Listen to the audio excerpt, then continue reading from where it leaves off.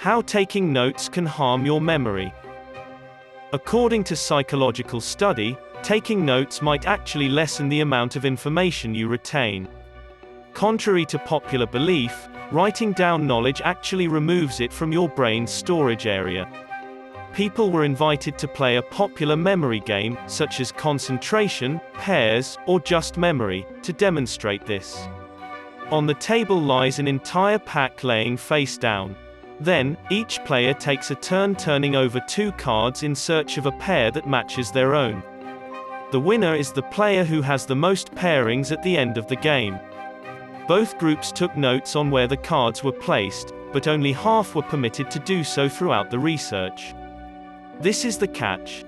Those who were permitted to take notes had their notes removed before they were evaluated on their knowledge of the positions and identities of the playing cards. As a result, use caution while making notes, particularly if you're concerned that you'll misplace them.